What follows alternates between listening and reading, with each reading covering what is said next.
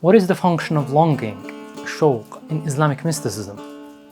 How is this longing portrayed through poetry? Shahriar Tabrizi, the modern age Iranian poet, portrays shawq, longing, in a beautiful, beautiful ghazal targeted towards the perfect man, Insan al-Kamil. In Sufism, the perfect man are the prophets, and after the prophets, the Sufis, the sheikhs.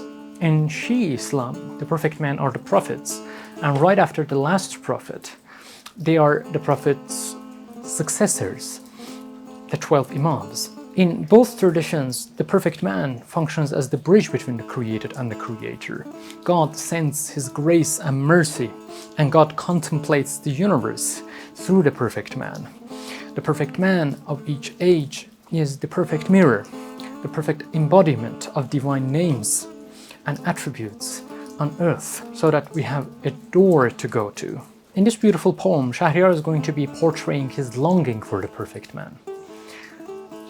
A poem in which longing is a force on the spiritual journey that propels the seeker towards the divine beloved.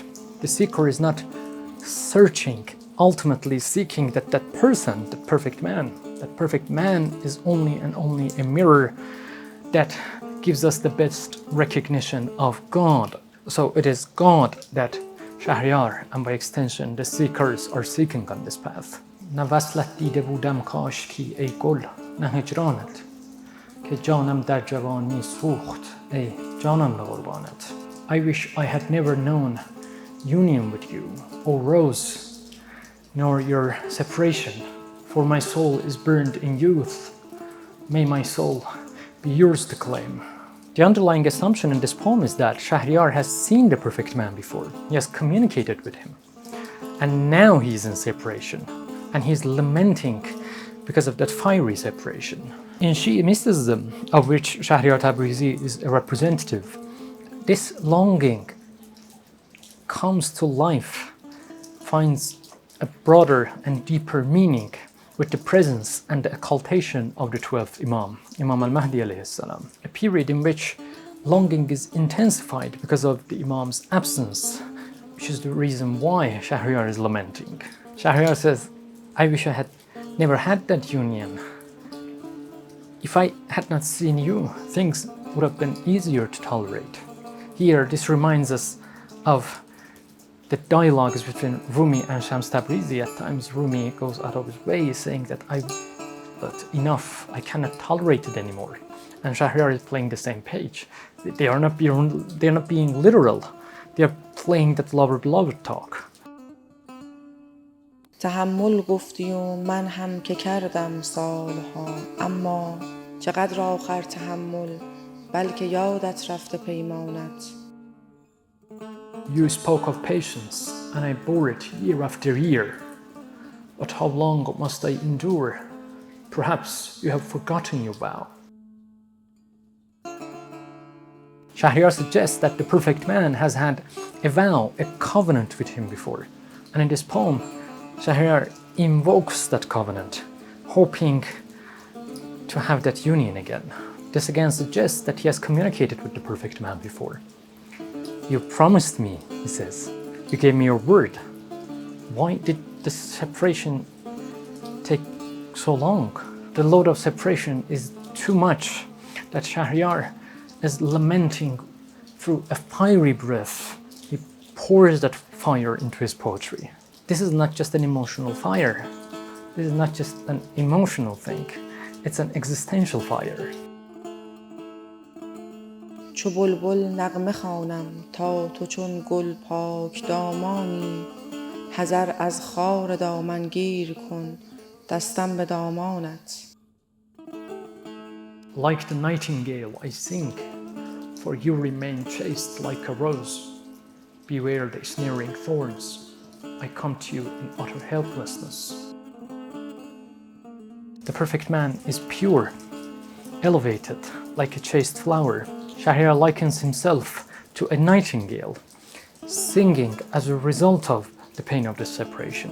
A love-centered longing that makes the nightingale sing. A longing that itself nourishes the heart, sustains it, enlivens it, echoing the freshness of the spiritual bond that covenant with the perfect man, a consistent remembrance and dialogue with the perfect man, an ever-present mindfulness. This is exactly one of the points that make Persian mystic poetry, reciting it and composing it, a spiritual exercise in itself. Engaging with it, you are practicing, you are being formed, you are getting into dialogue with the perfect man, with God, living the tradition. تمنای وصالم نیست عشق من مگیر از من به دردت خو گرفتم نیستم در بند درمانت. I do not beg for union, only do not take this love from me. I have grown used to your pain, I care not for the cure. In the agony of separation, Shahriar says, if that union is not possible for now, that's fine, at least do not take your love from me. I've got used to this pain. I cannot live without it. I'm not seeking the cure. I'm just talking to you. I'm communicating with you. Shahriar's idea that he finds cure in the pain of love, in the pain of separation, is reminiscent of Rumi's Song of the Reed, where Rumi likens himself, and by extension the mystics, to a reed that laments because of that fire of separation. But he finds the cure in that fire, in that pain itself. On this spiritual journey, the lover has accepted, they have embraced the challenges. They do not want to have the remedy if it means losing that love. This relationship points to a mature devotion that transcends transactional relationship with God. امید خستم تا چند گیرد با اجل کشتی بمیرم یا بمانم پادشاها چیست فرمانت. How long must my weary hope wrestle with death? Shall I die or remain? O king, what is your command? The lover is in total submission. Love demands this. As a mystic, Shahriar declares the perfect man's authority over his life and death, showing his submission and his yearning, his need for direction through the perfect man, a divine guidance channeled through the perfect man. شبی با دل به هجران تو ای سلطان ملک دل میان گریه می گفتم که کو ای ملک سلطانت. One night in grief for your absence, O sovereign of heart's realm. Through tears I ask my heart, where's your king, O kingdom?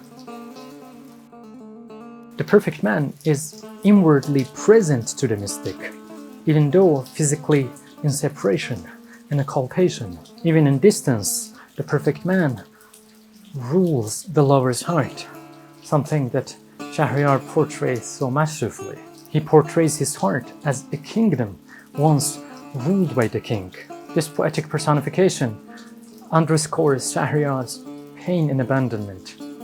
His heart was being ruled by the perfect man. Now he lacks that. He misses it. He yearns for it, longs for it, wants this back. چه شب‌هایی که چون سایه خزیدم پای قصر تو به امیدی که مهتاب رخت بینم در ایوانت. How many nights like a shadow I crept near your palace gate, hoping to glimpse the moonlight of your face upon the balcony. Our poet seeks a sign of the illumination of the perfect man. Even though brief, the palace and the moonlight are symbols of the hidden, but the hope for epiphany.